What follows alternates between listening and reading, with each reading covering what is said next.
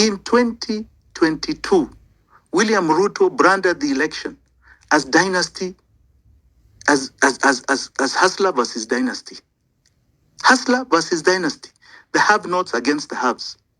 Very dangerous, but he did. But you can see he's unable to fulfill his promise. He has no money, and now he wants to become a dynasty. What is the next election about?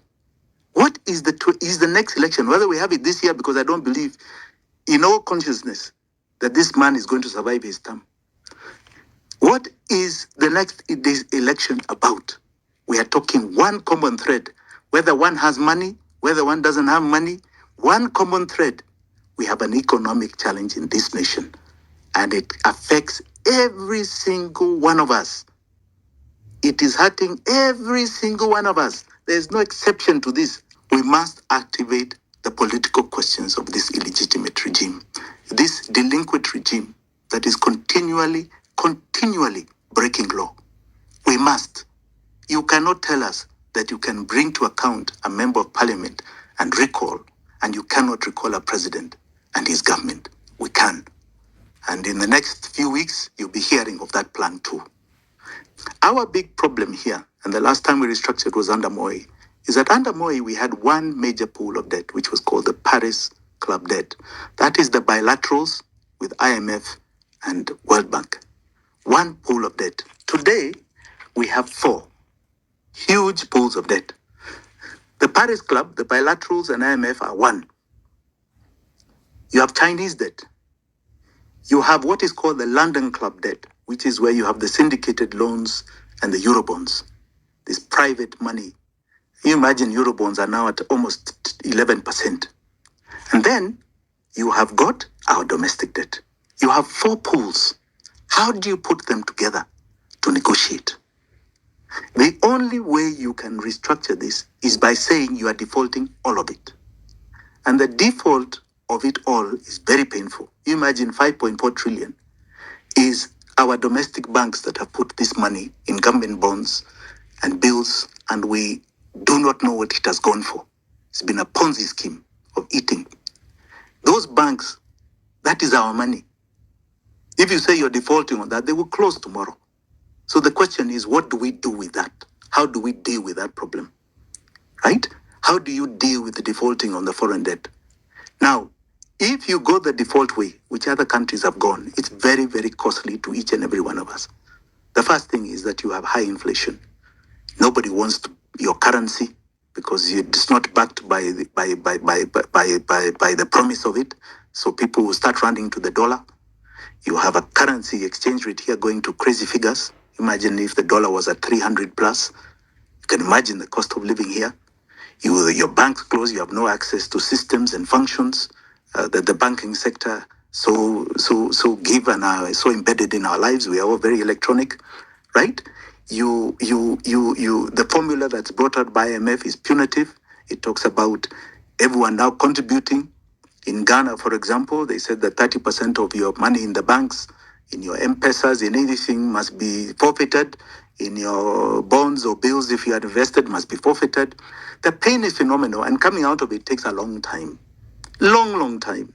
You've had Greece that went through bank closure for something like 8 years. You have Lebanon, which closed in 2019. Banks are still closed. They don't even have a government. They don't have a prime minister because of this issue. Our issue is like that. And here I can tell you, ours, fortunately, the good thing is that most of it is not legitimate. It's not legitimate. So we have an easy out. It's the courage of a leader to remove it, and a population and a country that supports that leader to do it. And that's where the next mandate must be about that. Must be about dealing with economic issue and our pain. And we must understand our pain. That's why we come on these forums. That's why we've been trying to educate people for over 2 years on something we have extensively studied. So we are going to continue this path to make sure that people understand that this is the issue. This is our economic issue. This is the fraud that has been done to us, and we must deal with it. And we deal with it by cutting it off. And once we cut it off, right, we shall breathe. What is the promise thereafter?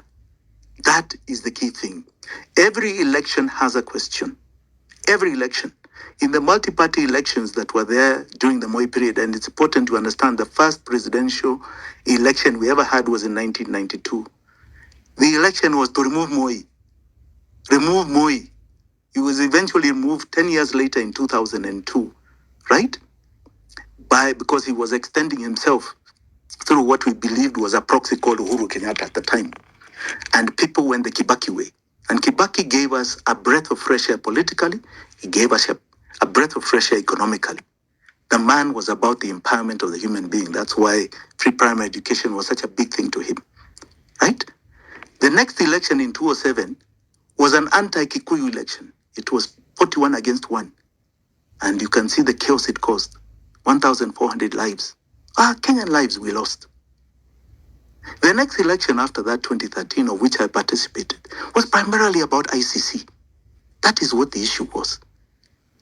These so-called victims of ICC were being downtrodden by people said by Raila Odinga. Raila tried to make it about devolution. It did not work. It became about ICC.